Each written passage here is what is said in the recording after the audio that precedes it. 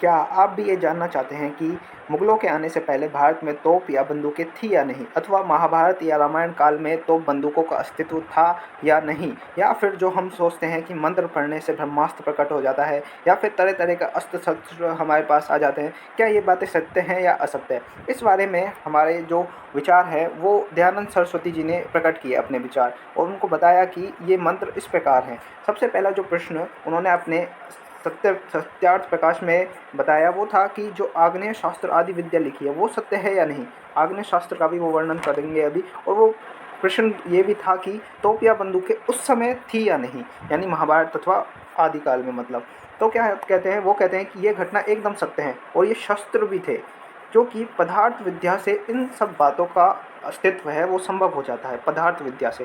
लेकिन वो इस बात को बिल्कुल नकार देते हैं कि ये जो मंत्रों के जो हम भ्रमित हुए पड़े हैं, या फिर क्योंकि क्या होता है कि आज हम सिर्फ महाभारत रामायण सिर्फ मनोरंजन के लिए देखते हैं, उनका जो विज्ञान है वो हमने आगे नहीं बढ़ाया, क्योंकि हम उसे बस एक मनोरंजन मान के बैठे, क्योंकि काल्पनिक बातें होती हैं। यदि हम एकदम सटीक बातें करें तो ये बताते हैं कि जो मंत्र हैं वो एक विचार देते हैं हमें। मंत्र का मतलब ही इन्होंने विचार का, ये कहते हैं कि मंत्र हमें विचार देते हैं बस, और विचार से हमें इस पदार्थ विद्या का ज्ञान होता है। जो जो अस्त्र शस्त्र होते थे उन्हें इन पदार्थों से उपचारित किया जाता था, जिससे ये हमें इस कमाल की विज्ञान को दर्शाते हैं। ये कहते हैं कि जैसे कोई लोहे का बाण है, उसमें या गोला बनाकर उसमें ऐसे पदार्थों को रखें कि जो सूर्य की किरण पड़े उस पर तो वो जल उठे।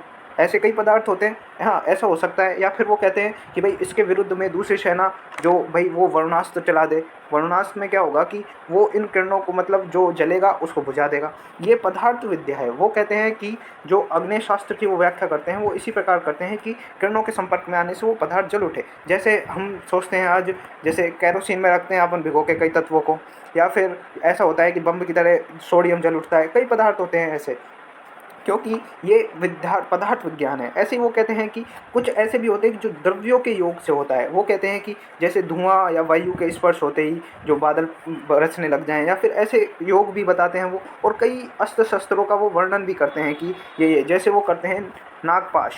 नागपाश क्या होता है, वो कहते हैं कि जो शत्रु को छोड़ने पर उसे जकड़ लेता है और बांध देता है। ऐसे ही वो मोहनास्त्र का वर्णन करते हैं।